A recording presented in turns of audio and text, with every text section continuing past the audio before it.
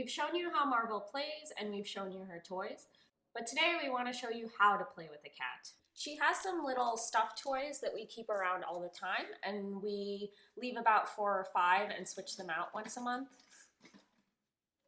Good girl. Yeah. Her stick toys we only take out when it's playtime, so that makes them special. We've taught her how to ask to play, so she can stand there and then we'll grab a toy and get started. Mar-Vell loves to play, so it's not very hard to get her to run around. This relates back to the dry food video where we were talking about how there's more than just the carbohydrate content or even the calories that matter in the health of your cat. Their activity level also matters, and keeping Mar-Vell moving around can help with that. We have a lot of toys that are on a string like this with a little stuffed animal at the end. Those are some of her favorites, but they require a lot of effort from the human to move it around. Something like this that's a wire kind of dangles on its own with very little work. So when I'm feeling lazy, I'll pick something more like this. We have a lot of different ones. We haven't thrown out any since we've gotten her, so some of them have seen better days. Aww. We're talking about your toys. You want to play? We'll play. We also have some that are ribbon like this. They also require some more effort from the human to move it around, but I kind of like wrapping it around her so then it's like a snake that got caught onto her.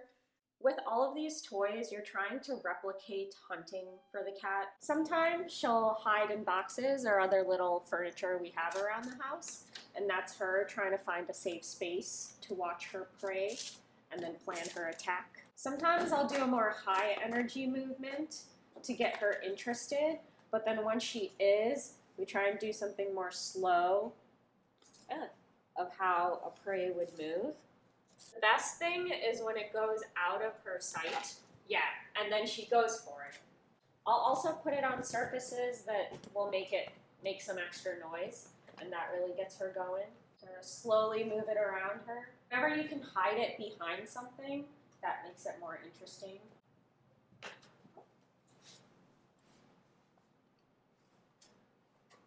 I try and keep it just out of her reach, but close enough that she tries to go for it.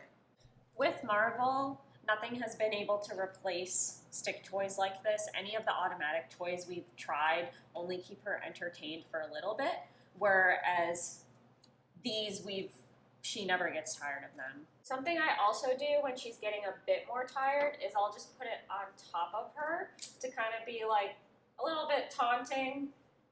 Like, it got you. Are you just gonna let it be on you like that? You're not gonna fight it?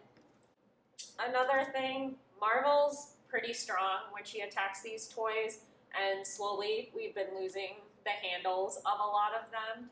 They're only a couple bucks each, so we just replace them once they've seen the end of their days. Oh God, wild kitty. It also helps to play on carpet surfaces. This hard wood is very slippery for her, so something like these, she can make those quick turns. So that's why we have her own rug over there that we play on a lot too. A lot of the Jackson Galaxy videos talk about how you want to play with your cat right before mealtime to replicate that hunt, catch, eat cycle. We don't always get to do that with Mar-Vell because when we are free doesn't coincide with her schedule that the robot feeder goes on, and we're not always home. So we kind of try to just play with her whenever we can to just get some of her energy out, even if it doesn't exactly go with mealtime.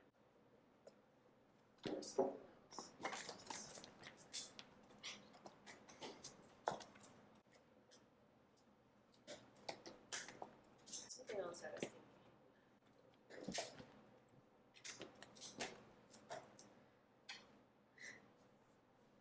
Similar to the furniture, if you don't give the cat something to play with like this, they're gonna pick something of yours to make a toy. So if I leave a sock out, I'll often find it in one of her boxes. Once she's gotten a little more tired and is acting a bit lazy, I'll let her catch it one more time and then just let her have it. There you go. Oh.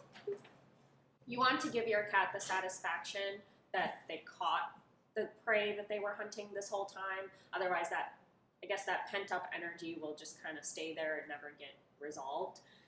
That's what I was told about not using the laser toys to play with your cat, because they never get the satisfaction that they caught something. So you can play with the laser toy and then just give them a little toy at the end that they can chew on to be like they caught it. Mar-Vell's definitely an easy cat to get active and playing. So if your cat's a little more difficult, some of these tips might help you.